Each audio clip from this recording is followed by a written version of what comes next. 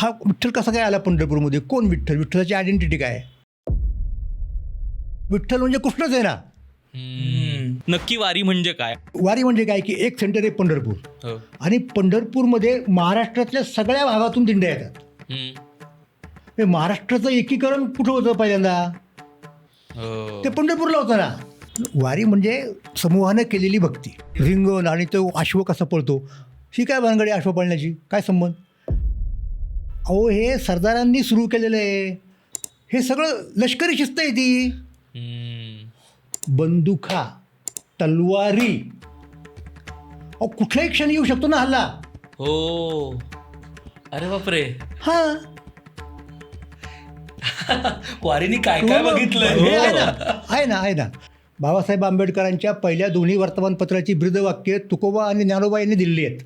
तुकोबांना केंद्रस्थानी ठेवून जर तुम्ही पाहिलं तर तुम्हाला महाराष्ट्राच्या इतिहासाची पुनर्मांडणी करता येते. म्हणजे तुकोबा हे महाराष्ट्रातल्या प्रबोधनाला सेंटरला आहेत. प्रबोधनाच्या हो. वारकऱ्यांच्या कीर्तनमध्ये एक कीर्तनकार बाबा सांगतोय कीर्तनामध्ये की त्या जातीच्या लोकांना बोलू नका तुमच्या सप्त्यामध्ये. मी असं म्हणालो की मी वारकरी संप्रदायाच्याच मूळ तत्वाला जर छेद दिला तर महाराष्ट्रातल्या समतेचा पायच उखडला ना. आणि हे नाही चालणार. इरावती कर्व्यांनी असं म्हटलेलं आहे की ज्या देशातले लोक पंढरपूरला जातात त्याचं नाव महाराष्ट्र. That's all. वा वा वा वा.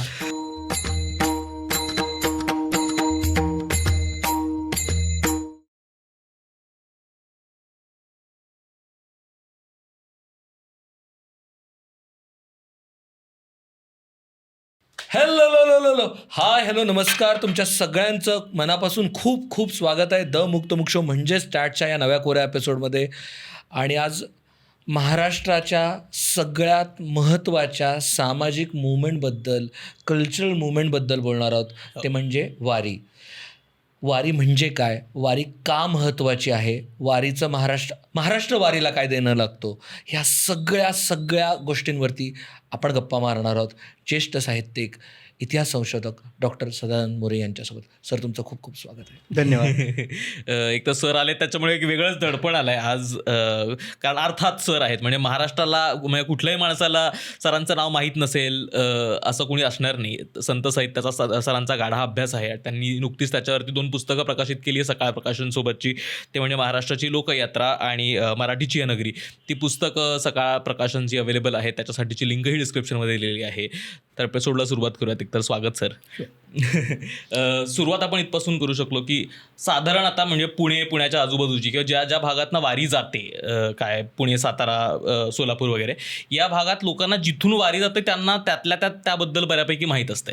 पण जी कदाचित विदर्भातली किंवा इतर ठिकाणची लोकं आहेत त्यांना त्याबद्दल तितकीशी माहिती नसते. म्हणजे माझे मित्र ज्यांच्यासोबत मी गप्पा मारतो त्यास त्यांना वारी जाते हे माहिती असतं, पण नक्की वारी काय, ती कशी सुरुवात झाली, हे आपलं म्हणजे दुर्भाग्य आणि अज्ञाने ही गोष्ट सोडली तर हा समजून घेण्याचा प्रयत्न आहे की नक्की कशी सुरू झाली होती वारी. तर आपण तिथपासून जर समजून घेण्याचा प्रयत्न केला की नक्की वारी म्हणजे काय आणि ती कशी सुरू झाली होती. असं पहा की वारी म्हटल्यानंतर वारी याचा अर्थ ते वारंवार्यता ज्याला आपण म्हणतो, वारंवार जाणं म्हणजे वारी. आता वारंवार म्हणजे कधीही उठला नाही गेला अशा पद्धतीने नव्हे, तर एक नियमितपणा असतो त्याच्यामध्ये. तर या संदर्भात म्हणजे तुम्ही आत्ता किंवा आपण जी आत्ता चर्चा करतो आहे त्या चर्चेच्या संदर्भामध्ये वारी म्हणजे पंढरपूरच्या विठ्ठलाची वारी. म्हणजे विठ्ठल हे दैवत आहे पंढरपूरमध्ये प्रस्थापित किंवा स्थापित झालेलं, प्रतिष्ठित झालेलं. आणि त्या दैवताची एक उपासना पद्धती आहे. दैवत असतं आणि दैवताची विशिष्ट उपासना पद्धती असते. म्हणजे जसं आता खंडोबा असतो, देवी असते, तर त्याचं जागरण, गोंधळ, ते त्या देवतांची उपासना पद्धती आहे. तर तशा प्रकारे विठ्ठलाची उपासना पद्धती कोणती? तर त्याचं उत्तर वारी. अच्छा. म्हणजे आता नामस्मरण करणं, कीर्तनं करणं हे सगळ्याच ठिकाणी असतं, म्हणजे कॉमन असतं. वेगवेगळ्या म्हणजे फरक असतो त्याच्यामध्ये, इकडचं तिकडचं वेगळं, पण हे सगळ्याच ठिकाणी सगळ्या धर्मात तुम्हाला सापडेल. पण वारी हे पंढरपूर म्हणजे महाराष्ट्रातलं एक वैशिष्ट्य आहे. आणि वारी म्हटल्यानंतर तुम्हाला विठ्ठलाची उपासना करणारे लोक आणि जे पंढरपूरला जातात, पहिली गोष्ट. आणि जातात म्हणजे कसे जातात? तुम्ही केव्हाही कधीही जाऊ शकता, म्हणजे वैयक्तिक पातळीवरती. तर हे जाताना असं समूहाने जातात. म्हणजे वारी ही उपासना पद्धती आहे, ती सामुदायिक उपासना पद्धती आहे. ओके. वैयक्तिक पद्धती नाही. म्हणजे वैयक्तिक लोक करतात ना, म्हणजे हरिपाठ म्हणतात घरी स्नान केल्यानंतर, म्हणजे वारकरी तुम्हाला सांगतोय, ज्ञानेश्वरी वाचतात, गाथा वाचतात, हे चालू असतं. वारी म्हणजे समूहानं केलेली भक्ती. म्हणजे आता समूह कशासाठी पाहिजे तुम्ही म्हणाल. काही लोकांना असं वाटतं की परमार्थ करायचा, साधना करायची म्हणजे एकट्याने करायची असते. कुठेतरी एकट्याने म्हणजे थेट कुठेतरी जायचं, हिमालयात जायचं, कुठल्या तरी दऱ्या खोऱ्यात गुहेत जाऊन बसायचं. तर तशा प्रकारची कल्पना इथे नाही आहे. ही यांची जी भक्ती आहे, याचा जो भक्ती मार्ग आहे तो लोकांमधला आहे, हा त्याचा अर्थ झाला. आणि त्याच्या पाठीमागची भूमिका तुम्हाला सांगतो. तुकाराम महाराजांच्या अभंगाचं एक चरण आहे की तुम्हाला देव पाहिजे आहे, देव सापडवायचा आहे, सापडेल तो. तुम्ही वैयक्तिक पातळीवरती जरी प्रयत्न केला तरी सापडेल. पण एकलिया भावबळे कळी सापडे तो काळे, तो खूप काळाने सापडेल. एकट्याच्या जीवावरती, एकट्याच्या प्रयत्नाने.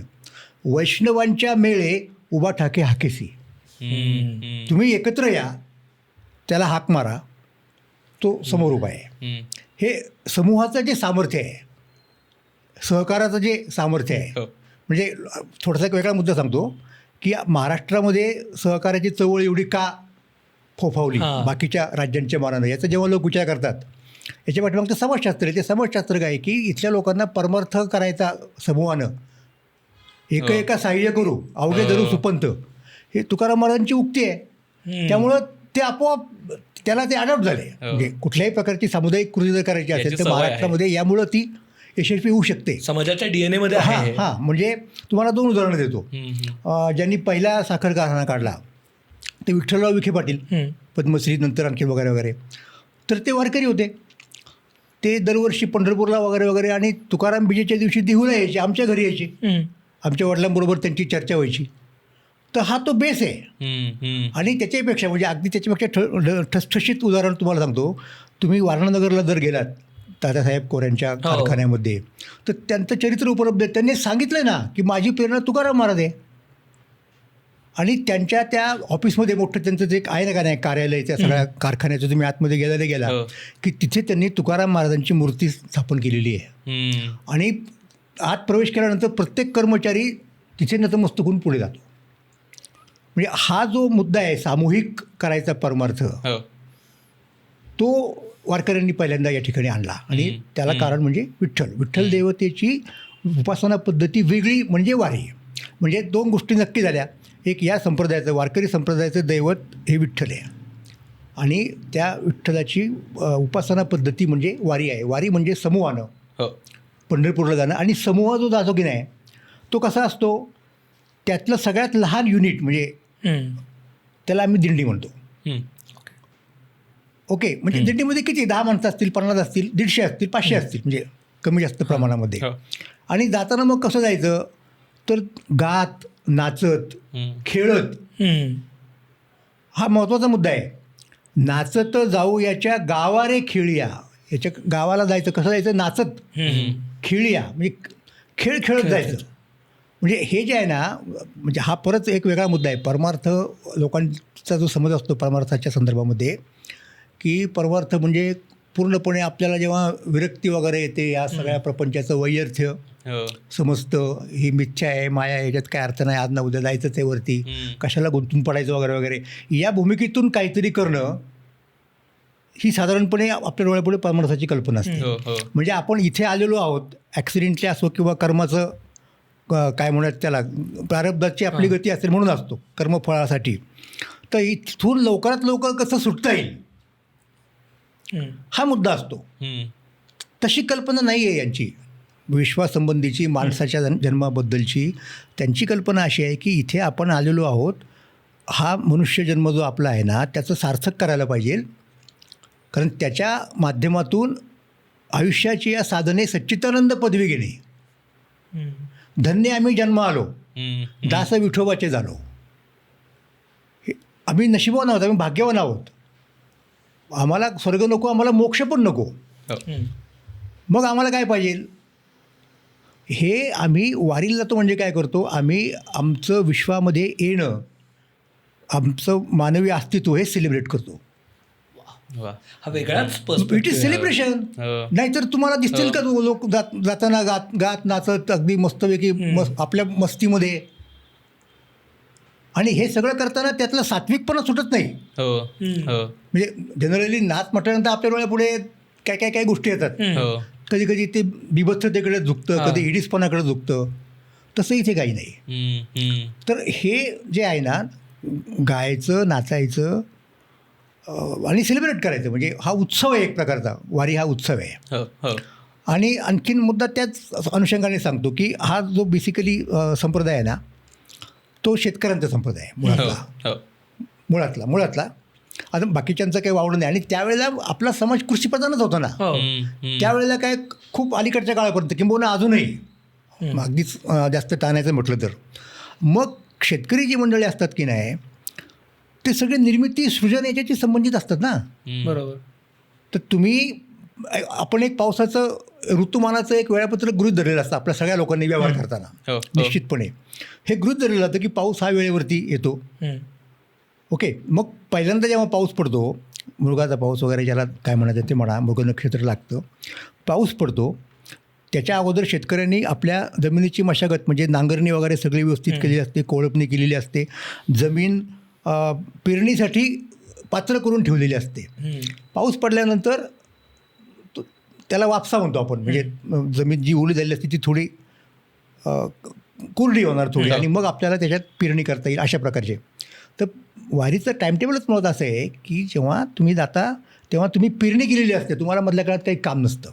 हे बऱ्याच मध्यमवर्गीय लोकांचा असा समज असतो की एवढी आपली श्रमाची शक्ती व्हायला जाते, जणू काही यांची उतू चाललेली आहे आणि त्याच्यामुळं देशाचा फार उद्धार होतोय. ते खरोखर त्यांना त्या काळात काहीच काम नसतं ना.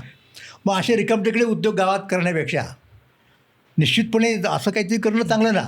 मग त्या काळात ते जातात, आणि जेव्हा ते परत येतात ना ते करून सगळं महिन्याभराच्या ह्याच्यामध्ये, तेव्हा त्यांचं पीक पहिल्या खुरपणीला आलं असतं. हे ते टाईम टेबल आहे. आता बघा त्यातली गंमत आहे. परत गंमत कशी आहे की आपल्याला वारी म्हटल्यानंतर परत लगेच आषाढी वारी आठवते. आणि महाराष्ट्रातले बहुतेक लोक आषाढी वारीला जातात, कारण आपल्याकडचा पाऊस, आपल्याकडची पिकं तशी आहेत. 2 ऑप्शन्स आहेत, एक आषाढी, आणि ज्यांना आषाढी जमत नाही त्यांना कार्तिकी. तर कोकणातले बरेचसे लोक कार्तिकी वारी पत्करतात. का? कारण ते भाताच्या शेतीचं लॉजिक तिथे लागू पडतं त्यांना. हे त्याचं कारण आहे. हे लोकांना समजत नाही नेमकं. त्याच्या पाठीमागचं समाजशास्त्र आहे. म्हणजे त्यावेळेला समाजशास्त्र नावाची ब्रँच नव्हती, पण सगळ्या शास्त्रांचा आधार तुम्हाला सांगू काय असतो, तो म्हणजे कॉमन सेन्स असतो. तुम्हाला शास्त्राचं किती ज्ञान झालं आणि तुम्हाला कॉमन सेन्स नसलं तर त्याचा काही उपयोग नाही. तर त्यातनं हे सगळं डेव्हलप झालेलं आहे. म्हणून विठ्ठल दैवत आणि वारी ही त्याची विशिष्ट उपासना पद्धती, आणि ती उपासना पद्धती म्हणजे त्याच्या ऋणातून त्याचं ऋण व्यक्त करायचं आपण, की तू आम्हाला या जन्मात घातलं, आता आम्ही तुला भेटायला आलो, आमची सगळी कर्तव्य करून झालेली आहेत, आता उरलेल्या काळात जे काय करायचं त्यासाठी तू आम्हाला बळ दे, एवढंच. त्याच्या व्यतिरिक्त काही मागत नाही. विठ्ठल हा एकमेव देव असा आहे महाराष्ट्रातला की ज्याला आहे ना काही कुणी नवस बोलत नाही, की तुम्हाला अमुक दे मग मी तुला तमुक देतो, असं काहीही नाही. बस त्याला पाहिलं आपलं समाधान झालं, त्याने आपल्याला प्रेम दिलं, आपलं समाधान झालं. तर हे वेगळ्या प्रकारचं दैवत आहे. विठ्ठल प्रेमाचा पुतळा. विठ्ठलाचं स्वरूप काय आहे म्हणजे साधारणपणे पूर्वीच्या काळात हे परब्रह्म म्हणतो आपण, आणि विठ्ठल हे ब्रह्मच आलेले वैकुंठावरनं वगैरे वगैरे, ते आपण बोलू त्याच्यानंतर. तर हा जो आहे देव तो कसा आहे, तो उपनिषदामध्ये त्याचं एक स्वरूप सांगितलं की तो आनंद रूप आहे. सच्चित आणि आनंद, तो एक अस्तित्व आहे. म्हणजे तो सतत असणारच आहे. पूर्वी होता, आजही आहे, उद्याही असणार. म्हणजे त्याला तुम्ही परब्रह्म म्हणा, काही म्हणा, ते तत्व आहे. नंतर चित, ते असं चैतन्यमय आहे, व्हायब्रेटिंग आहे, ज्ञानमय आहे, कॉन्शियसनेस त्याच्यामध्ये आहे, आणि आनंद. ही 3 जे कॅरेक्टरिस्टिक्स आहेत ते सगळ्यांनी मान्य केलेले आहेत, ते गृहीत धरलेले आहेत. इथे यांनी काय केलं माहिती का, याच्यामध्ये आणखीन एक ॲड केलं, ते म्हणजे प्रेम. ईश्वर हा जसा सच्चित आनंद आहे तसा तो प्रेमस्वरूप आहे.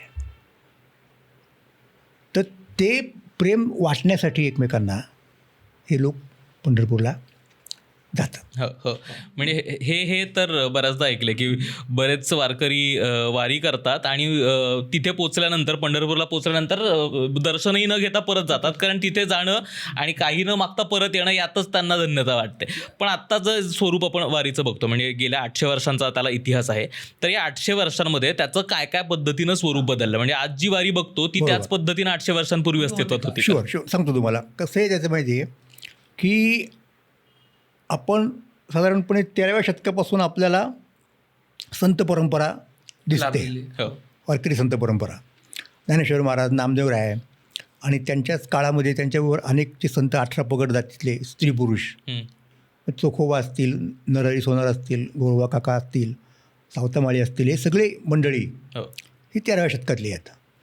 तर वारी आणि म्हणजे वारी ही पद्धती, उपासना पद्धती, आणि ज्याची ती उपासना पद्धती ते विठ्ठल दैवत, ते त्यांच्या अगोदरपासून किमान काही शतकं हे पंढरपूरमध्ये अस्तित्वामध्ये आहे. नेमकी किती सांगता येत नाही, म्हणजे त्याच्याबद्दल लोक चर्चा करतात, आपण त्या तपशिलात जायचं कारण नाही. पण गेल्याबद्दल 400-500 वर्षी तर नक्कीच झाला की विठ्ठल आहे आणि त्याची वारी आहे. तर हा विठ्ठल कसा काय आला पंढरपूरमध्ये, कोण विठ्ठल, विठ्ठलाची आयडेंटिटी काय, तर तुम्हाला वेदांमध्ये काय विठ्ठल मिळणार नाही, तुम्हाला पुराणांमध्ये विठ्ठल मिळणार नाही. तर विठ्ठल कसा आला इथे, कुणी आणला, तर विठ्ठल म्हणजे दुसरं तिसरं कुठलंही दैवत नसून श्रीकृष्ण आहे.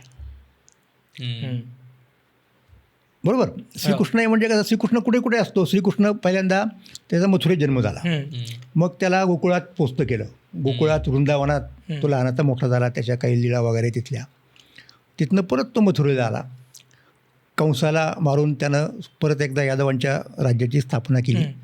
मग तिथे परत वारंवार जरासंधाचे आक्रमण व्हायला लागले. जरासंध हा कंसाचा सासरा होता, आपल्या जावायला त्यांनी मारलं म्हटल्यानंतर, आणि तो बलाढ्य होता. त्यातली 17 आक्रमणं जवळजवळ यांनी परतवली. वारंवार परत मनुष्य संहार व्हायचा, म्हणजे मग त्यांनी असा निर्णय घेतला की आपण स्थलांतर करूयात. मग मथुरेतनं ते द्वारकेला आले आणि तिथे स्थायिक झाले. तर ही सगळी श्रीकृष्णाच्या संबंधातली स्थळं आहेत. तर हा इथं कुठनं आला विठ्ठल, तर तो द्वारकेवरनं इथे आला. द्वारकेचे केणे आले याची ठाया, तुकाराम महाराजांचा अभंग आहे. पुढे भक्तराया चोजवितो, भक्तराय म्हणजे पुंडलिक, पुंडलिक भक्तराज, त्याने साधिले काज, वैकुंठीचे निज परब्रह्म आणले. तो अवतार परब्रह्माचा म्हणजे कृष्ण, तो द्वारकेमध्ये होता, त्याला पुंडलिकाने इथे आणलं, म्हणजे त्याने आणलं म्हणण्यापेक्षा तो पुंडलिकाच्या शोधामध्ये आला.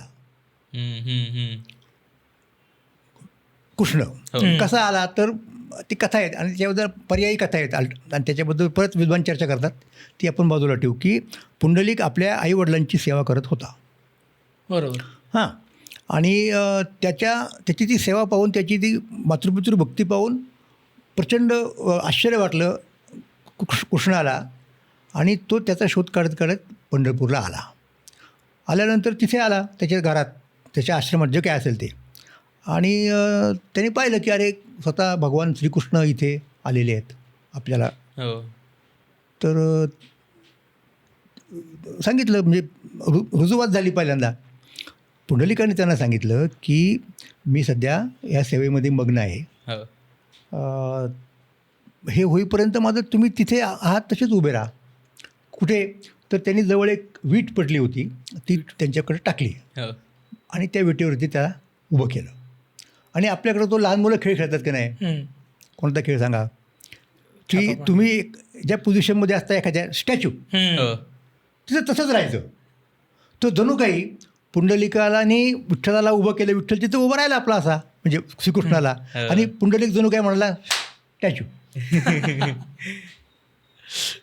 उभं राहा तसंच माझं पगाम होईपर्यंत, आणि नुसता उभा न करावं, तर तुझ्याकडे जे जे कोणी लोक येतील त्यांचा उद्धार कर. मूढजन पापी जैसे तैसे उतरी कासे लावणी, नामा म्हणे वर दिजला नारायणे विठ्ठल दर्शने मुक्त होती. तर पुंडलिक हा पहिला, म्हणजे त्या अर्थाने जर पाहिला ना, तसा विचार केला, म्हणजे समजा मी असं म्हणेन की आपण लिखित याला महत्त्व देतो की नाही. आता लिखित गोष्टी कोणत्या, वारकरी संप्रदायाच्या दृष्टिकोनातून, की ज्ञानेश्वरी हा पहिला ग्रंथ आहे लिखित, लिखितापासून हिस्ट्री सुरू होते. त्याच्या अगोदरच्या याला काय म्हणतो आपण प्री हिस्ट्री. तर पुंडलिकाचा काळ हा वारकरी संप्रदायाची प्री हिस्ट्री आहे. तिथपासून तर आता हे मला मात्र माहीत नाही म्हणजे की विठ्ठल तिथे आल्यानंतर ही वारी नेमकी कुणी सुरू केली, कारण ती पुंडलिकाने सुरू केली असा कुठं उल्लेख नाही. पण ज्याने कुणी सुरू केली असेल तो फारच त्याला म्हणजे शतकोटी दंडवत.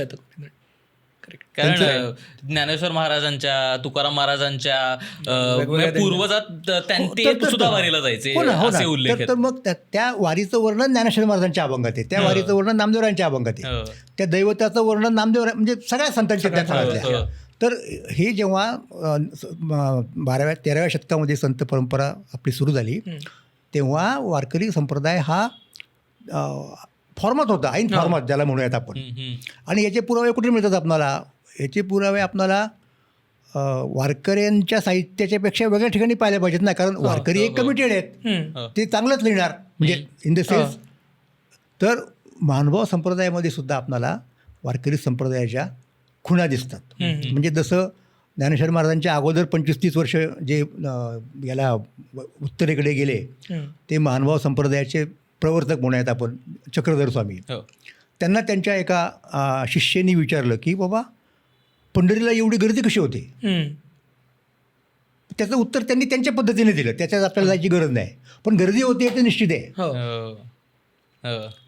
नंतर त्याच शिष्याने केव्हा तरी महदाईसा त्यांचं नाव, तिनेच बहुतेक चक्रधरांना किंवा नंतर नागदेवाचार्यांना विचारलं असेल की दिंडीचा उल्लेख तिथे येतो. म्हणजे हे तितकं जुनं आहे कमीत कमी, म्हणजे वारकरी संप्रदायाच्या अगोदरच्या संत परंपरेपासून जुनं आहे, त्याच्यापेक्षा जुनं आहे. आणि तेव्हापासून ते मग ह्या लोकांचे तुम्ही म्हटलं ज्ञानेश्वर महाराजांचे आजोबा वगैरे सुद्धा वारकरी होते, लक्षात घ्या. म्हणजे तुकाराम महाराजांचे होतेच 8वे पूर्वचे, ते समकालीन होते ज्ञानेश्वर महाराजांचे. ज्ञानेश्वर महाराजांनी ते विश्वंभर बाबा त्यांच्याकडे सुद्धा वारी होती. तर हा जो आपण मुद्दा समजून घेतला पाहिजे की कमीत कमी 13व्या शतकापासून आपल्याकडे पूर्णपणे ही संत परंपरा आलेली आहे. आणि मग आता फरक कुठे पडला? मग पुंडलिकाच्या काळाच्या नंतरपासून ही वारी सुरू झाली दैवतारानंतर. संतांच्यामुळं असं झालं की एखादा धर्मपंथ असतो किंवा धर्मच असतो म्हणा, त्याला धर्म असं स्वरूप कधी येतं, ज्याला आपण धर्म म्हणून आयडेंटिटी कधी देतो? काही कमीत कमी फॅक्टर्स लागतील ना की 1, 2, 3 हे असतील तर धर्म म्हणायचं. बरोबर. तर त्यातलं एक दैवत असतं. तर दैवत तुम्हाला विठ्ठलाच्या रूपानं पाहायला मिळतं. नंतर ग्रंथ, नंतर उपासना पद्धती असते, ती वारी आहे. आता अशा गोष्टी अनेक ठिकाणी तुम्हाला सापडतील. दैवत आहे आणि उपासना पद्धती आहे, म्हणजे खंडोबा घ्या, भैरोबा घ्या, दैवत आहे, उपासना पद्धती आहे, पण त्यांचा धर्म आहे का वेगळा स्वतंत्र? पंथ आहे का? नाही ना. म्हणजे आता आपण बघतो की कितीतरी लोक सोमवतीला जातात, कुठे जेजुरीला जातात, तिथे काहीतरी अगदी व्यवस्थित सगळं त्यांचं विधीपूर्वक जे काय व्हायचं ते होतं. गोंधळ असतो, जागर असतो, बरोबर आहे ना. पण तरी त्याला आपण एक वेगळा संप्रदाय म्हणतो का? का नाही म्हणत? तर त्याचा एक प्रमाण ग्रंथ लागतो, पवित्र ग्रंथ, प्रमाण ग्रंथ. जसा उदाहरणार्थ अगदी आपल्या जवळच्या परिचयाच्या अलीकडच्या काळातला म्हणजे शीख धर्म आहे. तुम्ही कल्पना करा की समजा गुरुग्रंथ साहेब नसतात तर शीख धर्माला शीख धर्माचं म्हटलं असतं का कोणी? नसतं म्हटलं. मुसलमानांचा ग्रंथ आहे, ख्रिश्चनांचा आहे, ज्यू लोकांचा आहे. तसा ग्रंथ जर तुम्हाला स्वतंत्रपणे मिळाला तर तुम्ही स्वतंत्र संप्रदाय म्हणून स्टँड होऊ शकाल. तर तो ग्रंथ लिहायचं काम ज्ञानेश्वर महाराजांनी केलं, म्हणून ज्ञानदेव रचना पाया. ज्ञानेश्वरांनी सुरू केला वारकरी संप्रदाय असं नाही त्याचा अर्थ. त्यांनी त्याला एक असं स्वरूप दिलं की तिथून पुढे खरा इतिहास म्हणजे एक्झॅक्टली अधिकृत प्रमाण ग्रंथ, पवित्र ग्रंथ दिला. आता तुम्ही असं म्हणाल की त्यांनी दिला एवढ्या मोठ्या समुदायाने कसा काय स्वीकारला? तर त्याचं कारण असं आहे की ग्रंथ आणि दैवत यांचा काहीतरी संबंध असावा लागतो की नाही? बरोबर. तरच तो स्वीकार होईल. बरोबर. आता कोणता ग्रंथ त्यांनी दिला? तो ग्रंथ म्हणजे ज्ञानेश्वरी. ज्ञानेश्वरी म्हणजे काय? ज्ञानेश्वरी म्हणजे भगवद्गीतेचा मराठीत सांगितलेला अर्थ आहे. बरोबर. भगवद्गीता कोणाचा ग्रंथ आहे? कृष्णाचा. विठ्ठल म्हणजे कृष्णच आहे ना. त्यामुळं कृष्णाचा ग्रंथ आमच्या विठ्ठलाचा ग्रंथ होतो, आम्हाला काही त्याच अडचण नाही. उलट विठ्ठल हा कृष्ण आहे ही या कल्पनेवरती ज्ञानेश्वर महाराजांनी पक्क शिक्कामोर्तब केलं. कारण त्या काळात एक प्रश्न उपस्थित झाला होता, म्हणजे मानव संप्रदायाच्या लोकांनी शंका घेतली होती की हा आहे का खरोखर कृष्ण. त्यांची कृष्णाची थिअरी वेगळी होती. मग त्याच्यावरती हे उत्तर आलं, हे बा लोकांनी स्वीकारलं हा कृष्णाचा ग्रंथ म्हणजे विठ्ठलाचा ग्रंथ आम्ही स्वीकारला, म्हणजे तो प्रमाण ग्रंथ मिळाला. म्हणून ज्ञानेश्वर महाराजांच्या काळातले त्यांचे जे समकालीन संत होते सगळे, त्यातले काही त्यांच्यापेक्षा वयाने मोठे होते, काही लहान होते, सगळे संत ज्ञानेश्वर महाराजांची प्रचंड स्तुती करतात, प्रचंड गुणगान करतात, एकही अपवाद नाही. त्याचं कारण हे आहे मुळात की हा ग्रंथ ज्ञानेश्वर महाराजांनी दिला म्हणून वारकरी संप्रदायाला भरभक्कम पाया मिळाला. मग बाकीच्या संतांनी काय केलं, ज्ञानेश्वरकालीन संतांनी 12व्या शतकात 13व्या शतकात इन पर्टिक्युलर ग्रंथ नाही लिहिला, त्यांनी अभंगरचना केली. अभंगरचना ज्ञानेश्वर महाराजांची पण आहे, निवृत्तीनाथांची आहे, सोपानदेवांची आहे, मुक्ताबाईंची, सगळ्यांची. अभंगरचना हे वारकरी संप्रदायाचं वैशिष्ट्य आहे, ग्रंथरचना हे नाही. मग ज्ञानेश्वर महाराजांच्या ग्रंथरचना केली ती फक्त एकनाथ महाराजांनी केली, बाकी कुठल्याही संतांनी स्वतंत्र ग्रंथ लिहिला नाही. बरोबर. आणि एकनाथ महाराजांनी तरी ते का केलं त्याचं लॉजिक आहे परत, म्हणजे याच्याशी कनेक्टेड आहे. आत्ता मी जे सांगितलं की नाही ते कसं, असं बघा की विठ्ठल दैवत आहे म्हणजे कृष्ण आहे, आणि भगवद्गीता हा कृष्णाचं तत्वज्ञान आहे, कृष्णाने केलेला उपदेश, आणि तो ज्ञानेश्वर महाराजांनी मराठीमध्ये आणला. आता भगवद्गीता काय आहे, भगवद्गीता म्हणजे कृष्णाने अर्जुनाला केलेला उपदेश. सगळ्यांना माहिती आहे की कुरुक्षेत्रावरती युद्ध व्हायचं, कौरव पांडवांचं समोरासमोर दोन्ही सैन्य अशी ठाकली होती, आणि आता युद्धाला तोंड लागणार, तेवढ्यात अर्जुनाला एका क्षणी असं वाटलं की नको युद्ध करायला, त्या तपशिलात जायला नको, पण मग कृष्णाने त्याला उपदेश केला युद्ध करणं कसं योग्य आहे या प्रसंगी. तर तो भगवद्गीता कृष्णाचा उपदेश. जसा अर्जुनाला उपदेश केला कृष्णाने, अर्जुन हा कृष्णाचा आतेभाऊ, तसाच उपदेश कृष्णाने शेवटच्या पर्वात त्याच्यात उद्धवाला केला. उद्धव हा त्याचा चुलत भाऊ. त्या उपदेशाचं नाव आहे भागवत. आणि तो भागवत पुराणामधलं 11वा स्कंद आहे तो. तर तुम्हाला कृष्ण मान्य आहे की नाही, मग तुम्हाला कृष्णाची जर गीता मान्य आहे, कृष्ण मान्य आहे, तर भागवतही मान्य पाहिजे. आणि वारकऱ्यांना मान्य आहे तो. तुकोबांचं प्रमाण आहे ना की वारकरी संप्रदाय म्हणजे काय, गीता भागवत करीती श्रवण, अखंड चिंतन विठोबाचे, गीता आणि भागवत. मग तुमच्याकडे तुमचा प्रमाण ग्रंथ एक मराठीमध्ये उपलब्ध आहे ज्ञानेश्वरी, दुसरा कुठे हे नाथांच्या लक्षात आलं. म्हणून त्यांनी भागवताचा 11वा स्कंद मराठीमध्ये आणला. एकनाथी भागवत म्हणजे 11वा स्कंद म्हणजे कृष्णाने उद्धवाला केलेला उपदेश. हे 2 ग्रंथ वारकऱ्यांचे मुख्य प्रमाण ग्रंथ आहेत, आणि ते मराठीमधले. म्हणजे ज्याला संस्कृत शिकायचं मुळात त्यांनी जरूर शिकावं, पण ते नाही येत म्हणून ते आमचं आणणार नाही. करेक्ट. किंवा त्याही काळात अनेकांना संस्कृत शिकण्याचा अधिकारच ठेवलेला नव्हता. आपली जी परंपरा होती, परंपरेमध्ये चातुर्वर्ण्य व्यवस्था होती, त्या तपशिलात परत आत्ता इथे जायचं कारण नाही. पण त्याच्याप्रमाणे स्त्रिया आणि शूद्र यांना संस्कृतचाही अधिकार नव्हता. करेक्ट. राईट. मग अशांसाठी काय करायचं, मग त्यांच्यासाठी हा मराठीमध्ये उपलब्ध आहे. हे त्यांचं महत्त्व आहे. हां बोला, आपण काय म्हणता. वारीचं मला ओव्हरऑल तेच असं मला आत्ता जस्ट बोलता जाणवलं की हे वारीमध्ये कुठेही त्यागाची भावना नाही, कायम तुम्ही सेलिब्रेशन आहे, देवापर्यंत जाण्याचं हे आहे, किंवा आत्ता जसं सांगितलं तसं डेमोक्रटायझेशन ऑफ नॉलेज आहे, जे मला नॉलेज मिळत नव्हतं एक सर्वसामान्याला किंवा एक समाजातल्या वंचितांना, जे स्त्रिया असतील किंवा शूद्र असतील त्यांना. आणि वारीनी कायम सगळ्या शूद्रातिशूद्रांना देवापर्यंत पोहोचवण्याचा एक्झॅक्टली तोच महत्त्वाचा मुद्दा आहे. हे बाबा म्हणजे मी तुम्हाला वेगळ्या पद्धतीने सांगेन हा मुद्दा, अतिशय पर्टिनंट मुद्दा आहे हा, की वैदिक धर्मामध्ये काय प्रमाण आहे तर वेद प्रमाण मानले जातात, म्हणजे वेद प्रामाण्यावरती आधारित. बरोबर. लोकमान्य टिळकांनी हिंदू धर्माची जी व्याख्या केली त्याच्यामधलं पहिलंच कलम असं आहे, प्रामाण्य बुद्धिर्वेदेषु. वेद प्रमाण मानतो तो हिंदू. तर हे बरोबर आहे. पण आता वेद असं अमॉर्फस म्हणतो आपण त्याला. खूप 4 वेद आहेत, त्याच्यात खूप तपशील आहेत, त्याच्यात खूप कर्मकांड आहे वगैरे वगैरे वगैरे. आणि ही गोष्ट त्याच लोकांना जाणवली त्या काळातल्या.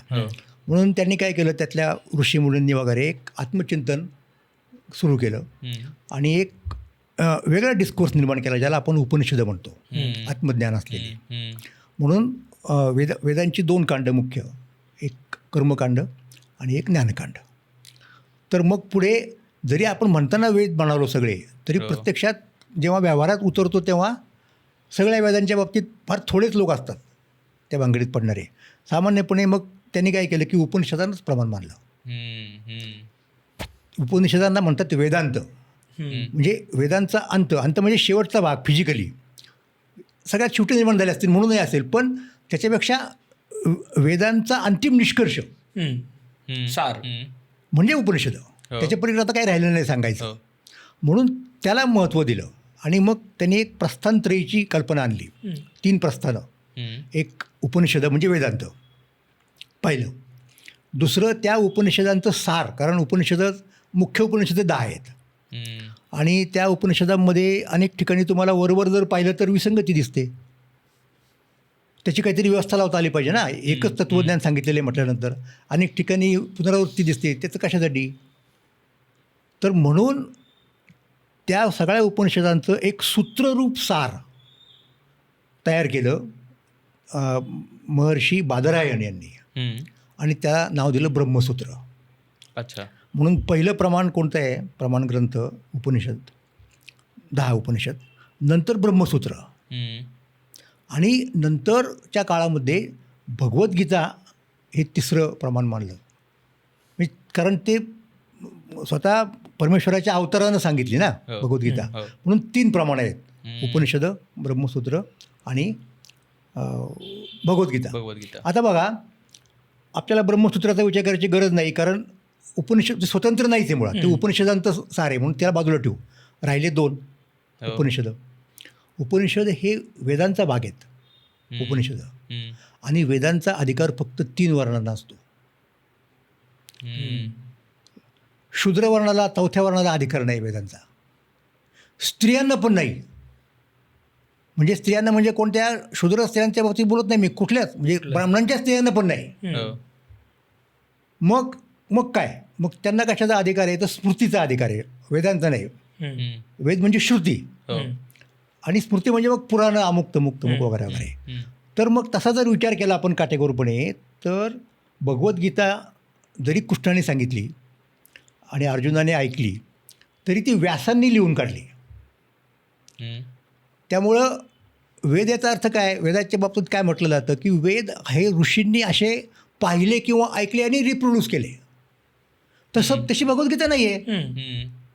म्हणून भगवद्गीता श्रुती नाही आहे, भगवद्गीता श्रुतकाव्य नाही, स्मृती आहे, मानवनिर्मित आहे, म्हणजे व्यासांनी केलेली. म्हणून भगवद्गीतेचं स्थान वेदांपेक्षा खालचं आहे परंपरेत. आता काही कारणामुळं कदाचित भगवद्गीतेची लोकप्रियता असेल वाटेवर किंवा काय, परंपरेने त्याला सामावून घेतलं, तरी पण अतिकट्टर वैदिक भगवद्गीता मानित नसायचे. हां, बापरे, माहीत नाही लोकांना या सगळ्या आतल्या भानगडी. बहिणाबाई, तुकाराम महाराजांच्या शिष्या कचेश्वर ब्रह्मे यांचे आत्मचरित्र आहेत. त्यांनी सांगितले, गीताशास्त्र कुळी वैरी आम्हा. बापरे, आम्ही शुद्ध वैदिक आहोत. त्याला मुद्दा.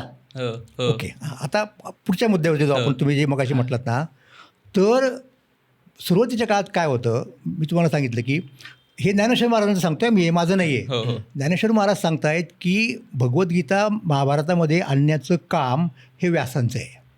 आणि व्यासांनी का केलं आहे? तर त्यांच्या असं लक्षात आलं की वेदांचा अधिकार फक्त त्रैवर्णिकांना आहे, स्त्रियांना आणि शूद्रांना नाही. त्यांच्यासाठी काहीतरी ग्रंथ पाहिजे. त्यामुळे स्मृतीमध्ये श्रुती येईल. म्हणजे आता बघा, फार इंटरेस्टिंग आहे. 2 गोष्टी सांगतो तुम्हाला मी. वेद संपन्न असे ठाई, परी कृपणू ऐसा आन नाही. वेद खूप श्रीमंत आहे, संपन्न आहे, पण कंजूष आहे, डिस्क्रिमिनेट करतो. तो सगळ्यांचा बाप आहे, बरोबर, पण तो 3 मुलांनाच फक्त इस्टेट देतो, 4थ्याला देत नाही. बेदखल. 4था शूद्र जो धनंजया, वेदी लागू नाही जाया, त्याला वेदात लाग नाही. तर त्यांच्यासाठी व्यासांनी, म्हणून व्यासाचा हा थोरू विश्वास झाला उपकारू, जे श्रीकृष्ण उक्ती आकारू ग्रंथाचा केला. म्हणजे बेसिकली भगवद्गीता हा ग्रंथ स्त्रिया आणि शूद्र यांच्यासाठी आहे, ज्यांना वेदांचा अधिकार नाही. हा व्यासांचा उपकार आहे. म्हणजे व्यास हे क्रांतिकारक आहेत त्या काळात, त्या काळामधले. आता पुढे काय झालं, ज्या वेळेला व्यासांनी महाभारत लिहिलं की नाही, त्यावेळेला स्त्रिया आणि शूद्र यांना संस्कृत भाषा यायची बरं का. म्हणजे त्यामुळं ते ग्रंथ ते ऐकू शकायचे, वाचू शकायचे, समजू शकायचे. भगवद्गीता म्हणजे हे नाही, वेद नव्हे, भगवद्गीता. तुम्ही बघा महाभारतामधली पात्र बघा, रामायणामधली पात्र बघा. द्रौपदी घ्या उदाहरण, तर रामायण बाजूला ठेवा, आपण द्रौपदी असेल, गांधारी असेल, कुणी असेल, म्हणजे अभिमन्यूची बायको उत्तरा असेल, ह्या सगळ्या बायका आणि त्या काळचे शूद्र म्हणजे वगैरे वगैरे. विदुरसुद्धा शूद्र आहे त्या थिअरीप्रमाणे. ते सगळ्यांना संस्कृत आहेत आणि ते संस्कृतमध्ये बोलताना तुम्हाला दिसतील. गांधारी वाच संस्कृतमध्ये, द्रौपदी जे काय म्हणते ते संस्कृतमध्ये म्हणते. म्हणजे त्यावेळेला त्यांना स्त्रियांना शूद्रांना संस्कृत येत होतं. पुढे काय झालं माहिती आहे का, हळूहळू की तेही प्रमाण कमी झालं. म्हणजे आता राहिलं काय की तत्वतः गीतेचा अधिकार आहे, पण ती भाषाच कळत नाही. तुम्ही म्हणाल हे कशावरनं, तर महाभारतासारख्या आर्षकाव्याच्या नंतर काही वर्षांनी, काही शतकांनी ज्या वेळेला संस्कृतमध्ये नाटकं लिहिली जाऊ लागली, त्या नाटकातल्या स्त्रिया आणि शूद्र पात्र ही प्राकृत भाषा बोलतात, संस्कृत बोलत नाही. म्हणजे त्यांना संस्कृत येत नाही. म्हणजे अधिकार काढून घेतला म्हणा किंवा व्हॉट एव्हर कारण, मला माहीत नाही ते. मग तो अधिकार त्यांचा नुसता नावापुरताच राहिला. म्हणजे कसं असतं आपल्याकडं, तुम्ही एखाद्या हॉटेलमध्ये घ्या, पंचतारांकित हॉटेल आहे, तिथंही पाठी असतात ना कायद्याप्रमाणे की सर्व धर्माच्या, जातीच्या, लिंगभेद न करता प्रवेश दिला मिळेल, नाकारता येत नाही. अरे पण तुमच्या खिशात पैसे आहेत का बिल द्यायला, तर त्या पाठीचा उपयोग तुम्हाला. तसं भगवद्गीतेचा अर्थ आहे, पुन्हा ती संस्कृतच कळत नाही. मग अशा लोकांचं काय करायचं, त्यांच्यासाठी ज्ञानेश्वर महाराजांनी भगवद्गीतेचा अर्थ मराठीमध्ये आणला. म्हणजे स्त्रिया आणि शूद्र यांच्यासाठीचा तो मुख्य ग्रंथ आहे. आणि अर्थात एक गोष्ट सांगतो तुम्हाला, मी नेहमी सांगतो की वारकरी संप्रदाय हा स्त्रिया, शूद्रातिशूद्र आणि पुरोगामी ब्राह्मण यांचा संप्रदाय आहे. सगळ्यांना एकत्र. हो हो, हे कर्मठ बाजूला राहिले. मग खरं तर चळवळ, सांस्कृतिक चळवळ आहे खरं तर ही. एकनाथ महाराज उदाहरणार्थ, एकनाथ महाराज क्रांतिकारक माणूस होऊनच गेला नाही महाराष्ट्रात कोणी, मी तुम्हाला सांगतो. म्हणून पुरोगामी ब्राह्मण मुद्दाम शब्द प्रयोग केला, असा तो संप्रदाय आहे. म्हणजे ब्राह्मण, क्षत्रिय, वैश्य, शूद्र, चांडाळा हे अधिकार, बाळे, नारी लहान थोर, आदी करुणी वेश्या ही, बापरे एवढी व्याप्ती आहे. सकळासी आहे इथे अधिकार, एवढी व्याप्ती आहे. बापरे. मग खरं तर ज्ञानेश्वर महाराजांनी ते लोकशाहीकरण केलं या सगळ्या. ॲब्सोल्युटली. आणि हे जे थोड्या लोकांना कळलं अलीकडच्या काळामध्ये, त्याच्यामध्ये मी 2 माणसांचं नाव घेईल. म्हणजे एकांना जाऊन बरेच वर्ष झाली, म्हणजे जे वारकरी नव्हते अधिकृतपणे, म्हणून मी त्यांचं नाव घेतो. एक राजाराम शास्त्री भागवत, अच्छा, हे त्यांना कळलं. आणखीन एक नाव घेत मी, सोशोलॉजिस्ट इरावती कर्वे, आणि तिसरं नाव दिलीप पुरुषोत्तम चित्रे. यांना हे वारकरी संप्रदायाचं स्वरूप खरं कळलं. त्यांची चित्रे असं म्हणायचे की ते लोकशाहीवादीच होते, अर्थात अभिव्यक्ती स्वातंत्र्यवादी होते, की स्वातंत्र्य, समता आणि बंधुता ही मूल्य मी फ्रेंच राज्यक्रांतीतून घेतली नाहीत, मी ती वारकरी संप्रदायाकडनं घेतली. असा तो मुद्दा आहे. तर हे वारकरी संप्रदायाचं वैशिष्ट्य आहे. आणि मग अशी आपण परत मुद्द्यावरती येऊ तर ज्ञानेश्वर महाराजांच्या काळामध्ये अशा प्रकारची वारी होती. संप्रदाय असा टॉपला गेला होता नेमकं त्याच वेळेला. बघा म्हणजे कसं असतं की कालचक्र कसं फिरतं वगैरे वगैरे वगैरे, असं महाराष्ट्र राज्य हे असं वरती असताना, टॉपला असताना यादवांच्या काळामध्ये उत्तरेकडनं खिलजी वगैरे मंडळी आली आणि त्यांनी यादवांचं राज्य घेतलं. महाराष्ट्रावरती किंवा महाराष्ट्राच्या खालच्या प्रांतावरती सुद्धा, तेलंगण, कर्नाटक, वरती गुजरातला आधीच गेला होता, यांच्यावरती आपलं राज्य स्थापन केलं. म्हणजे इस्लामची राजवट आली. आता ह्याच्यापूर्वी काही असं होत नव्हतं का, एक राज्य दुसऱ्या राज्याने जिंकणं, राज्य चालायचंच नाही, काय चालायचं, हा इतिहास आहे आपला. पण ते फक्त राज्यांतर असायचं. ते परिवर्तन फक्त राजकीय असायचं, बाकीच्या गोष्टी जशा तशाच असायच्या. हो. म्हणजे समाजव्यवस्था तीच असायची, मूल्यव्यवस्था तीच असायची, ओके. सांस्कृतिक तर ते सगळं असायचं, त्याच्यात फरक नाही पडायचा. त्यामुळं सामान्य माणसाला काही वाटायचं नाही की ठीक आहे, राजा काय राजाचं काम करतो, त्याला आपण आपला कर द्यायचा, मोकळं व्हायचं उसळेवर. आता ही जे मंडळी आली पुढच्या काळामध्ये, पर्टिक्युलरली इस्लामी, त्यांचा धर्म वेगळा होता, त्यांची संस्कृती वेगळी होती, त्यांची मूल्यव्यवस्था वेगळी होती, त्यांच्या ईश्वराची कल्पना वेगळी होती. त्यामुळं इथल्या समाजामध्ये प्रचंड उलथपालथ झाली, प्रचंड उलथपालथ झाली. आणि हे कुणी सांगितलेलं आहे? हे स्वतः चक्रधरांनीच सांगितलं. म्हणजे ते महाराष्ट्र सोडून उत्तरेत गेले चक्रधर, आणि जाताना त्यांनी आपल्या शिष्यांना सांगितलं की आता मी उत्तरेला चाललो आहे, तर तुम्ही आता कुठे थांबा. तर चक्रधरांना सुद्धा गुरुस्थानी असणारे दुसरे एक अवतार होते, त्यांचं नाव गोविंद प्रभू, ते रुद्रपूरला असायचे. तर तुम्ही श्रीप्रभूच्या सांभाळी, तिथं तुम्ही सगळेजण थांबा, एकत्र या, थांबा वगैरे वगैरे. आणि श्रीप्रभू गेल्यानंतर म्हणजे त्यांच्या मागा म्लेंछ येतील, राज्य घेतील यादवाचं, म्हणजे मुसलमान. म्हणजे त्यावेळेला म्लेंछ त्या मुसलमान असायचे त्यावेळेला. आणि मग काय होईल? तर ते म्हटले, मग त्यांनी पुढचा जो परिवर्तन होणार आहे ते सगळं सांगितलं ना. मग म्हणले सगळे अव्यवस्था निर्माण होईल. म्हणजे अव्यवस्था म्हणजे काय? त्या इस्लामची एक वेगळी व्यवस्था आहे ना. म्हणजे पण एक राज्य गेल्यानंतर त्याची सगळी ती व्यवस्था मोडून दुसरी तुम्ही कधी आणणार, काय करणार? तो जो मधला ट्रान्झिशनचा काळ आहे, त्याच्यात काय काय होऊ शकेल, उत्पात होतील, ते त्यांनी सगळं सांगितलं. माणसं स्थलांतर करतील, इकडची तिकडे जातील, तिकडची इकडे येतील, वृत्ती सगळी तुमची नष्ट होईल. त्यांची वेगळ्या प्रकारची व्यवस्था होती. आता इथं कसं होतं, उदाहरणार्थ की शिक्षण, ब्राह्मणांच्याकडं शिक्षणाची व्यवस्था होती ठिकठिकाणी. तर ही मंडळी काय करायची, राजमंडळी, त्यांना गावाच्या गाव इनाम असायची की ते त्यांना अग्रहार म्हणायचे. रामदेवरायांनी सुद्धा असे अग्रहार दिले. म्हणजे काय की एक गाव वसवायचं पूर्णपणे, मग त्या गावात सगळे शेतकरी आले, बरुचेदार आरुचेदार सगळे आले, तिथे ब्राह्मण आणायचे, त्यांनी शिकवायचं जे काय असेल त्यांचं, ते काय वेद असतील आणि पुष्टाचे तर मग गोष्टी असतील, आणि मग त्या गावाचा जो महसूल येईल तो त्यांच्याकडे जायचा त्यांच्या उदरनिर्वाहासाठी. आता हे कसं काय इस्लामच्या राजवटीत चालू राहणार? राज्यव्यवस्था बदलली, राज्यकारभाराची भाषा बदलली, मुख्य म्हणजे पर्शियन भाषा आली. आता यादवांच्या काळात कसं झालं होतं, धर्माची भाषा मराठी, महानुभावांच्या मुळे आणि वारकऱ्यांच्या मुळे. राज्यकारभाराची भाषा मराठी होती, दरबारातली भाषा मराठी. हे सगळं बदललं ना चित्र. मग तुम्ही त्या काळचे आता स्ट्रक्चर बदललं प्रशासनाचं. पूर्वी जे कुणी लोक असायचे ते बदललं, ते शिवाजी महाराजांनी पुनरुज्जीवन केल्यानंतर त्या जुन्या व्यवस्थेचं. तोपर्यंत याच पद्धतीने सगळं चालायचं ना. इस्लाममध्ये जी काही स्ट्रक्चर होतं ते, हा मुद्दा आहे. मग आता मुख्य जो मुद्दा आहे, धर्म वेगळा, अमुक वेगळं, तमुक वेगळं, अशा परिस्थितीमध्ये महाराष्ट्र टिकला कसा? तर मुख्य म्हणजे भाषा आहे आणि धर्म आहे. ह्या दोन्ही गोष्टी वारकरी संप्रदायामुळे टिकल्या. त्यांनी त्यांच्या वारीच्या परंपरेमध्ये कुठेही खंड पडू दिला नाही. सतत देवाणघेवाण चालत राहिली, लक्षात घ्या.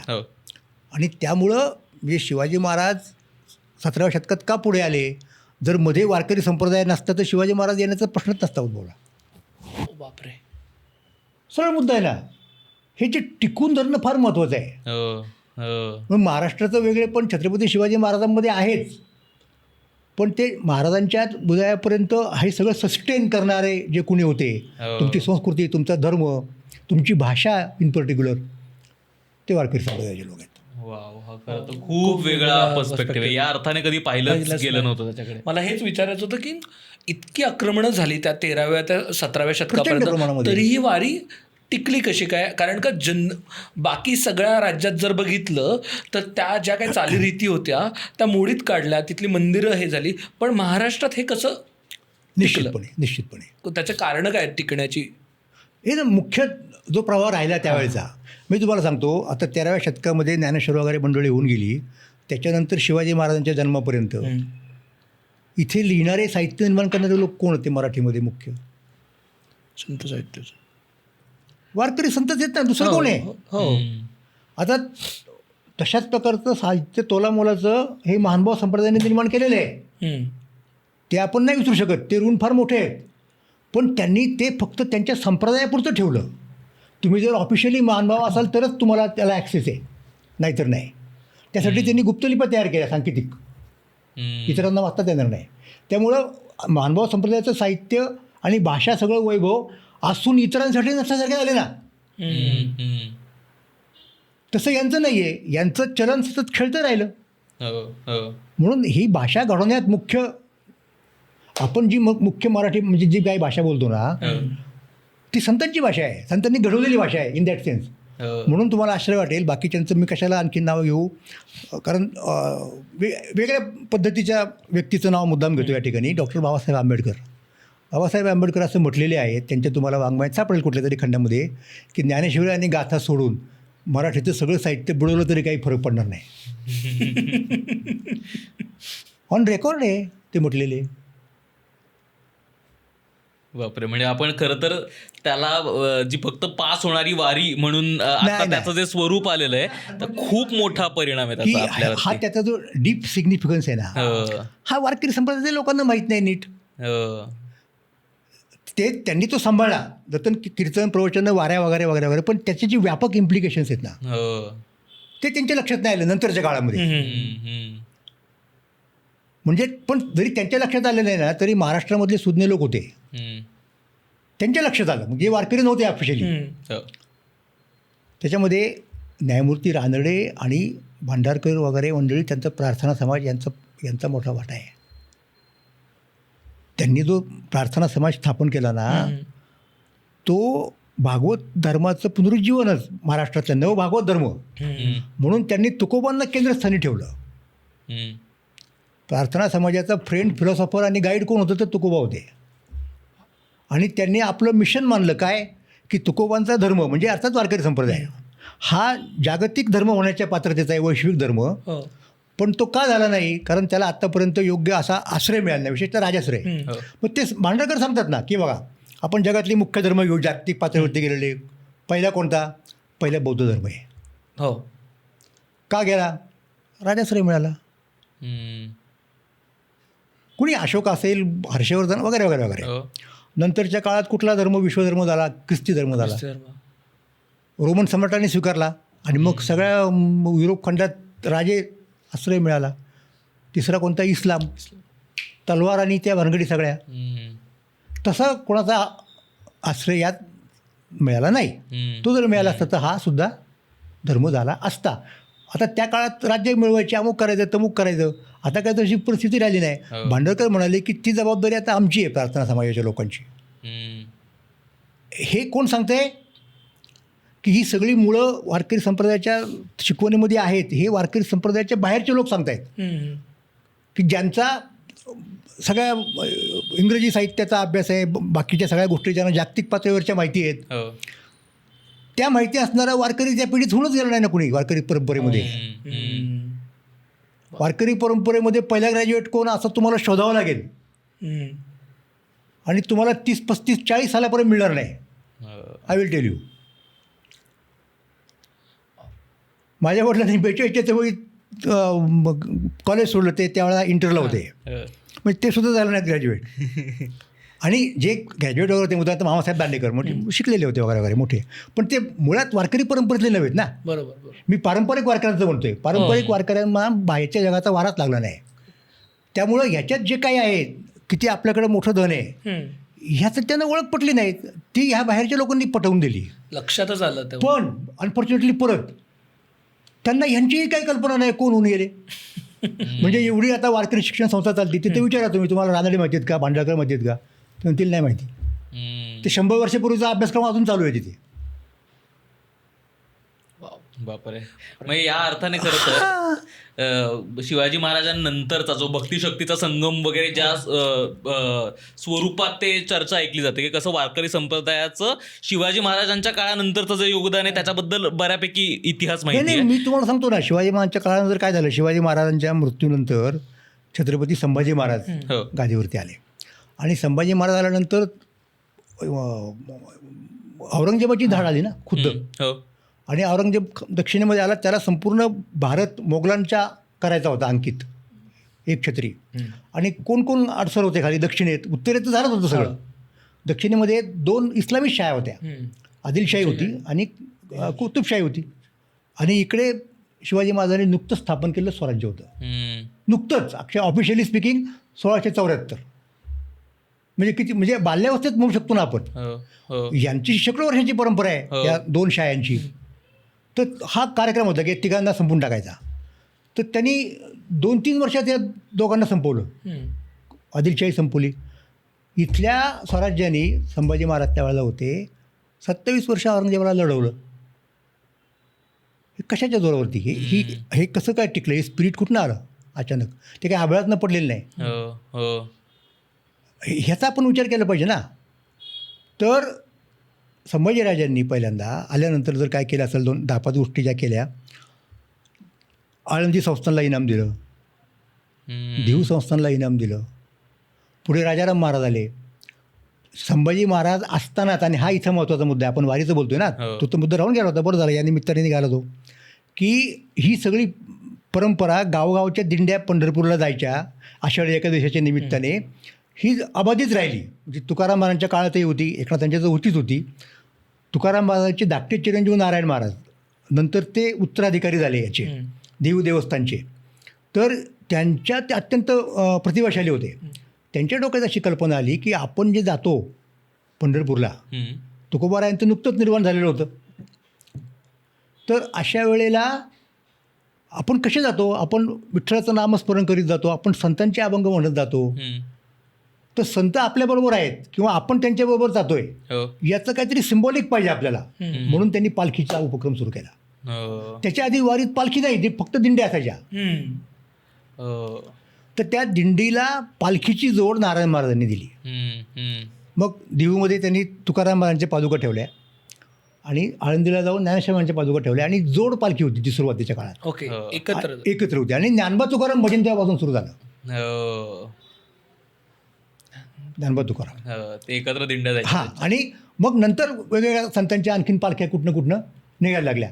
पण सांगायचा मुद्दा असा की नारायण महाराजांनी जेव्हा हे सुरू केलं, तेव्हा महाराष्ट्राच्या उरावरती औरंगजेब ठाण मांडून बसला होता. म्हणजे ही मुळातली जी भावना होती ना, तिला अधिक बळकट करण्याचं काम त्यांनी केलं. एक वेगळं मिळालं ना तुम्हाला, एक सिमेंट म्हणतो आपण त्याला, सगळ्या लोकांना असं एकत्र ठेवायचं, हे धाडच आहे मोठं. आणि पुढचा मुद्दा असा की या उपक्रमामध्ये नारायण महाराजांना मराठी सरदारांनी मदत केली, राजाराम महाराजांनी, पुढे शाहू महाराजांनी, सगळ्या लोकांनी उचलून धरलेलं आहे. आता आपण जे स्वरूप पाहतो की नाही वार, हे फार इंटरेस्टिंग आहे, लोकांच्या लक्षात येत नाही गोष्ट. हे सगळे सरदार मंडळी आहेत की नाही, म्हणजे दाभाडे असतील, निंबाळकर असतील, ह्या मंडळींनी हा सगळा सरंजाम पुरवला. आणि त्या सरंजामामध्ये काय काय असायचं तुम्हाला आश्चर्य वाटेल. देहू देवस्थानच्याकडे त्या याद्या आहेत, ज्ञानेश्वरीचे पोथ्या, महाराजांच्या अभंगांच्या वया, हे तर असणारच ना, पूजेचं तवक वगैरे वगैरे वगैरे, पालखीचं असणारच, बंदुका, तलवारी, कुठल्याही क्षणी येऊ शकतो ना हल्ला. हो, अरे बापरे. हां, वारीनी काय काय बघितलं आहे ना. मग नंतर औरंगजेबाला संपवलं पुढे मराठ्यांनी, कधी 1707 गेला. मग सगळं स्थिरस्थावर झालं. मग काय अडचण नाही आली, मग ते व्यवस्थित सगळं सुरू झालं. आणि मग ब्रिटिश वगैरे आले, ते आणखीन वेगळा मुद्दा. आणि मग पुढे 1832च्या दरम्यान साधारणपणे ही जी एकत्र चालणारी पालखी होती, त्यावेळेला देहू देवस्थानमध्ये भावकीची भांडणं झाली सुरू. काय सगळीकडे होतात, त्याच्यामुळे देऊच्या लोकांनी त्याला काय म्हणून अपवाद असलं पाहिजे, मान अपमान. आणि आता त्याच्यातही भांगडे असायच्या की बाबा हा आमचा मान आहे, इथलं कीर्तन आमचं पाहिजे, आम्ही ठरवणार इथं भजन कोणी करायचं असल्या. मग त्यावेळेला काही लोकांनी काय विचार केला की यांचा अंतर्गत प्रश्न आहे, यांना काय करायचं ते करू द्या, आपण आपली ज्ञानेश्वर महाराजांची पालखी वेगळी करायची. आणि म्हणून मग त्याच्यात लीड कुणी घेतला तर शिंद्यांचे सरदार होता हैबतराव अरफळकर, ते आले आणि त्यांना सगळा सरंजाम पुरवला तो शितोळे सरकारने. म्हणजे शितोळे म्हणजे माझी शिंद्यांचे जावयाच्या घरातले मुळातले. तर ज्ञानेश्वर महाराजांची सगळी पालखी शिंद्यांनी उचललेली आहे, लक्षात घ्या. त्यांनाही नाम असतो गाड्या मुळात. मला ते जनरल आता जस्ट लक्षात आलं सर, बोलताय तुम्ही तसं एक एक गोष्टी वेगवेगळी नीतिमूल्य दिसायला लागलेत वारीच्या ह्याच्यामध्ये. तुम्हाला आश्चर्य वाटत असं सांगतो की शिंदेचे फार मोठे सरदार महाजींचे इंगळे म्हणून होते. मला ते सगळं उत्तरेत वगैरे त्या लोकांनी दिल्लीपर्यंत धडका मारल्या सगळं. तर इंगळ्यांनी काय केलं माहिती आहे का, मुख्य इंगळे जे होते आपल्या प्रॉपर्टीचे 3 वाटे केले. 2 मुलं होते ते दोघांना, 2 वेगळे, आणि 1 वाटा दिहुला. हो बापरे. हे सगळं मग जीर्णोद्धार केला पूर्वीच्या गोष्टीचा वगैरे वगैरे. दिहुगावची पाटीलकी विकत घेतली.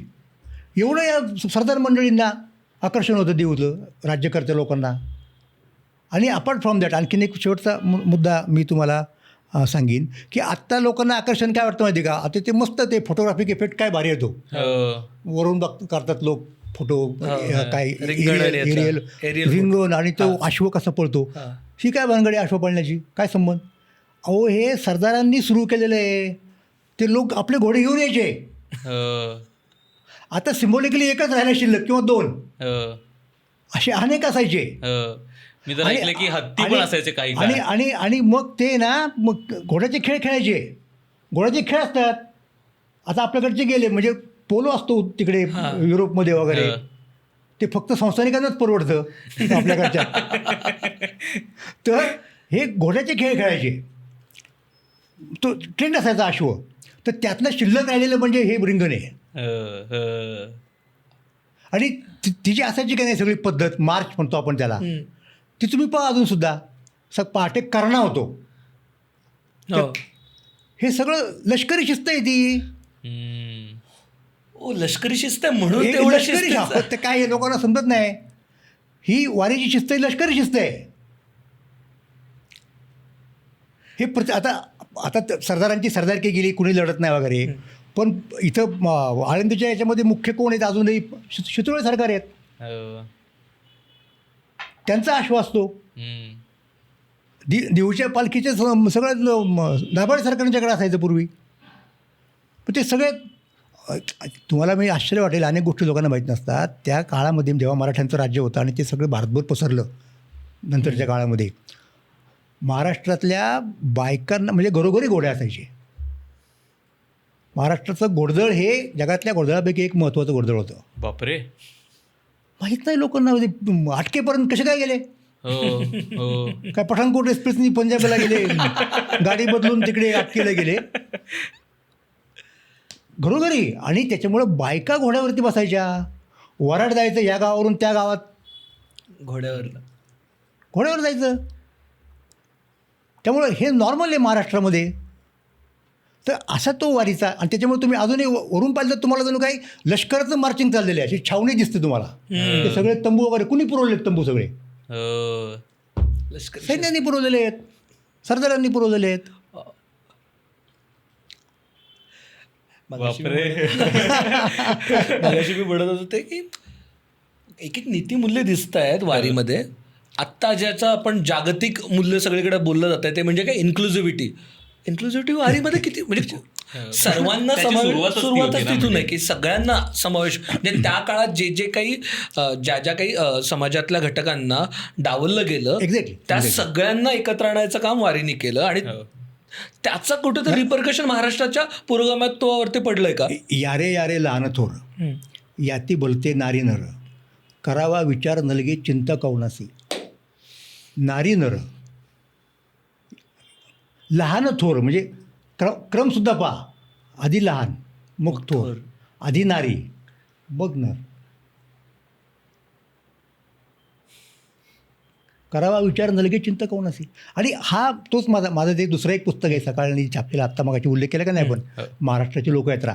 त्याचा विषयच हा आहे की वारकरी नसणाऱ्या लोकांना हे पोटेन्शियल कळलं आणि त्यांनी ते तत्त्वज्ञान घेऊन महाराष्ट्रामध्ये समतेचा लढा उभारला.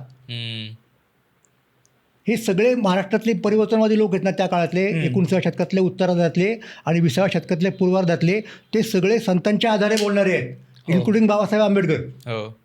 बाबासाहेब आंबेडकरांच्या पहिल्या दोन्ही वर्तमानपत्राची ब्रीदवाक्य तुकोबा आणि ज्ञानोबा यांनी दिलेली आहेत. मूकनायक पहिलं तुकाराम महाराजांचा अभंग आहे. काय आता करू धरून या भीड, निशंक तोंड वाजवले, नवे जगी कुणी मुकायाचा जाण, बोलल्याशिवाय आपले प्रश्न कळणार नाहीत. सार्थक लाजून घेतं नव्हे. प्रत्येक अंकात तुम्हाला वरती बिरुदवाक्य बाबासाहेबांचं. नंतर बहिष्कृत भारत काढला, त्याच्यामध्ये ज्ञानेश्वरांची उवी आहे. आणि त्याच्या पुढे जाऊन सांगतो तुम्हाला, बाबासाहेबांच्या ह्याच्यात किती भिनलं होतं संत साहित्य. बाबासाहेबांनी त्यांच्या नियोजित पत्नीला, की ज्यांच्यावर त्यांचं प्रेम होतं, शारदाबाई कुबेर त्यांचं नाव, सविताबाई, नंतर मग माईसाहेब त्यांना म्हणायला लागले, त्यांना लिहिलेल्या प्रेमपत्रांमध्ये ज्ञानोबा आणि तुकोबा कोट केलेले आहेत. बापरे.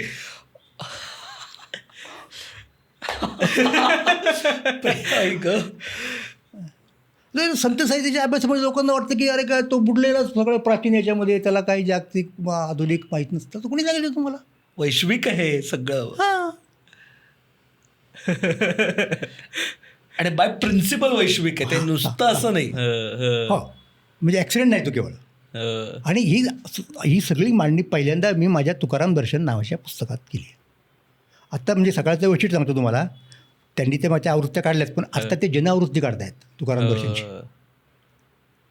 ही सगळी वारकरी संप्रदायाची मांडणी तुकोबा केंद्रित आणि सगळ्या इतिहासाची. म्हणजे मी त्याच्यामध्ये माझं प्रमेय असं आहे की महाराष्ट्रामध्ये तुकोबांच्या काळापासून तर आत्ता काय तुकोबांचा एवढा प्रभाव होता की तुकोबांना केंद्रस्थानी ठेवून जर तुम्ही पाहिलं तर तुम्हाला महाराष्ट्राच्या इतिहासाची पुनर्मांडणी करता येते.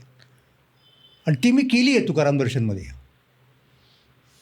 ते महात्मा फुले येतात, सगळे येतात. म्हणजे महाराष्ट्रामधल्या जेवढे कर्ते पुरुष होते, लक्षात घ्या, आणि संस्था होत्या, त्या सगळ्यांनी तुकोबांची कुठे ना कुठे त्यांना दखल घ्यावी लागली आणि त्यांच्यापासून प्रेरणा घेऊन पुढे जावं लागलेलं आहे. तुकोबांना टाळून कुणीच पुढे जात नाही त्या काळात.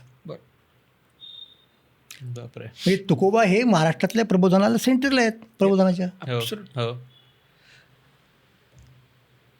येस सर, एक प्रश्न होता जो वाधाड ओंकारचा खूप आवडीचा प्रश्न आहे. तो आम्ही खूप डिस्कस केला होता त्यावरती, की वारी ह्या परंपरेने महाराष्ट्र हा बाकी राज्यांपेक्षा कुठेतरी त्यामुळं एक इव्हॉल्व्ड स्टेट म्हणता येईल किंवा एक पुढे आहे असं प्रगल्भ असं वाटतं का? आता हे पहा ना, तुम्हाला साधा मुद्दा सांगतो. म्हणजे प्रगल्भतेचा मुद्दाच नाही, आपण आत्तापर्यंत जे डिस्कशन केली ही सगळी मूल्य आहेत, सगळं हे एक जो रेजिस्टन्स त्यांनी दाखवला त्या काळातसुद्धा ते आहेच. पण अपार्ट फ्रॉम दॅट एक मी महत्त्वाचा मुद्दा तुम्हाला सांगतो की कुठल्याही राज्याची ओळख जी असते ना ती भाषिक असते. आणि आपल्याकडे सुद्धा आपण भाषावरच झालं ना सगळं. मग संयुक्त महाराष्ट्राचा केवढा लढा वगैरे तो वेगळा मुद्दा झाला. तर मी तुम्हाला सांगितलं की 500 वर्ष सलग वारकरी संप्रदायातल्या संतांचं साहित्य हे मराठी साहित्याचा मुख्य प्रवाह राहिला. अगदी ब्रिटिश आल्यानंतर सुद्धा, म्हणजे ज्ञानोबांच्यापासून तर निळोबांच्यापर्यंत तर सलग हेच आहेत निश्चितपणे. आणि त्याच्यानंतर इंग्रजी काळामध्ये काही कोणी संतविंत होऊन नाही गेले, पण आधुनिक लोकांनी सुद्धा यांच्यापासून प्रेरणा घेऊन साहित्य निर्मिती केली. हा पुढचा मुद्दा आला. पण त्याच्यापेक्षा आणखीन एक इंटरेस्टिंग मुद्दा असा आहे, तो इरावतीबाईंच्या लक्षात आला. म्हणजे त्या थोर समाजशास्त्रज्ञ होत्या, की वारी म्हणजे काय, की एक सेंटर आहे पंढरपूर, आणि पंढरपूरमध्ये महाराष्ट्रातल्या सगळ्या भागातून दिंड्या येतात. महाराष्ट्राचं एकीकरण कुठं होतं पहिल्यांदा? ते पंढरपूरला होतं ना. खानदेशातले येतात, विदर्भातले येतात, मुंबईतले येतात, कोकणातले येतात, पश्चिम महाराष्ट्रात येतात, दक्षिण महाराष्ट्रातले येतात, आणि कर्नाटकातले येतात, आणि आंध्रामधले येतात. कुठले येत नाहीत ते सांगा. गुजरातमधले येतात. असा मुद्दा आहे ना. त्यामुळं भाषा आपली कशी विकसित झाली आणि कशी टिकली. म्हणजे जर तुम्हाला आश्चर्य वाटेल की मला वाटतं परशुराम असेल बहुतेक शाहीर, किंवा दुसरा कोणतरी असेल, म्हणजे तुकाराम दर्शनमध्ये मी ते कोट केलं सगळं. त्यांनी पंढरीच्या क्षेत्राचं वर्णन केलेलं आहे, आणि कुठे कुठे काय काय चालतं. आणि मग त्याने काय केलं की पंढरपूरमध्ये अनेक वारकऱ्यांचे फड असतात ना, प्रत्येकाकडे ते गेले, ती कीर्तन ऐकली, आणि त्यांनी सांगितलं की कुठं भक्ती चालते, कुठं नीती चालती, कुठे राजनीती पण चालती. एवढं त्या काळात ते व्हायब्रेटिंग आणि रिलेव्हंट होतं, काळाशी सुसंगत होतं. ते तेवढं नंतर राहिलेलं आहे ना संप्रदायामध्ये, अनफॉर्च्युनेटली. बापरे. म्हणजे मला असं वाटतं की आपण कायम वारीचं अप्रूप फक्त ते दरवर्षी Optics नाही त्या शिस्त ते त्या ठिकाणून ते निघते ठीक आहे ना, आणि म्हणजे- त्या तिथपर्यंतच आपण नाही, त्याच्या- अडकतो. पण त्याचा खरं तर म्हणजे महाराष्ट्राचं जे सोशल फॅब्रिक आहे ते धरून ठेवण्याचं वर्षानुवर्ष तुम्ही शतकानुशतकं अगदी काम. योग्य शब्द वापरला. Social fabric. आणि म्हणून मी तुम्हाला शेवटचा मुद्दा सांगतो आता. हो. मी आत्ता काही दिवसांपूर्वी मी स्वतः एक यूट्यूब चॅनल चालवतो हो आणि इतरतरी अधूनमधून कुठे कुठे बोलत असतो. त्याच्यात मी आज सांगितलं होतं की मला काळजी काय वाटते आत्ता महाराष्ट्राचं जे वातावरण आहे जात विरुद्ध जात हम्म. अशा प्रकारचं, तर मला धक्का आणि मी स्वतःहून प्रवृत्त झालो मग त्याच्याबद्दल बोलायला. हो मी मौन धरलं होतं, म्हटलं काय करायचं ते करू द्यात. पण जेव्हा मला कळलं ना की वारकऱ्यांच्या कीर्तनमध्ये कीर्तनकार बाबा सांगतोय कीर्तनामध्ये की त्या जातीच्या लोकांना बोलू नका तुमच्या सप्त्यामध्ये. हे वारीच्या विरुद्ध आहे. नाही मी असं म्हणालो की मी वारकरी संप्रदायाच्याच मूळ तत्वाला जर छेद दिला तर महाराष्ट्रातल्या समतेचा पायच उघडला ना. हो आणि हे नाही चालणार. हो कीर्तन त्याचं माध्यम नाही. तुमचे असू शकतात व्ह्यूज, हम्म. बाहेर व्यासपीठाला तुम्हाला काय करायचं ते मोर्चे बरोबर काढा, आहे. काय वाटत ते करा. तिथं जर तुम्ही म्हणायला लागलात की या जातीच्या कीर्तनकाराला बोलवायचं नाही, दॅट इज टू मच. हे होतं कामा नाही. महाराष्ट्राने हे पहिल्यांदा पाहिलं पाहिजे. हो हो बापरे. एका वेगळ्याच अर्थी वारीची मांडणी आज सर तुम्ही केलीत. म्हणजे पुढं आम्ही फक्त हो हो फ्युचर प्रिडिक्शन घेऊन हां. मग एक कायम असा प्रश्न पडतो की मग इतकी वर्ष, एक तर त्याचा आता इतिहास एवढ्या नव्यानंच कळलाय, तर आता वारीला जाणारे खरं तर प्रायमरीली जे जाणारे लोक होते ते शेतकरी, शेतीप्रधान संस्कृती होती म्हणून ती लोक जात होते. याची पुढची लोक सुद्धा, म्हणजे वारीचं पुढचं फ्युचर काय असेल, म्हणजे हे स्वरूप बदलेल का, लोक जातील का परत वारीला? कारण एकतर हा सिग्निफिकन्स आता तुम्ही सांगितला तेव्हा त्याचा केवढा मोठा परिणाम आपल्यावरती आहे हे सगळं आत्ता नव्याने कळतंय. तर या अर्थाने तर कोणी जातच नाहीये वारीला, की हे सगळं सोशल फॅब्रिक जपायचंय म्हणून हा काय हेतू नाहीये त्याचा. तर पुढच्या काळात सुद्धा लोक जातील का वारीला?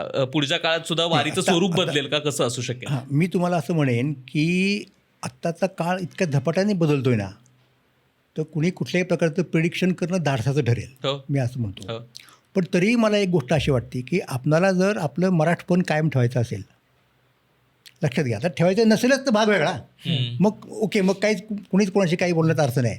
पण जर ठेवायचं असेल तर त्यासाठी वारकरी परंपरा आणि वारी यांच्याशिवाय दुसरा पर्याय तुम्हाला नाही.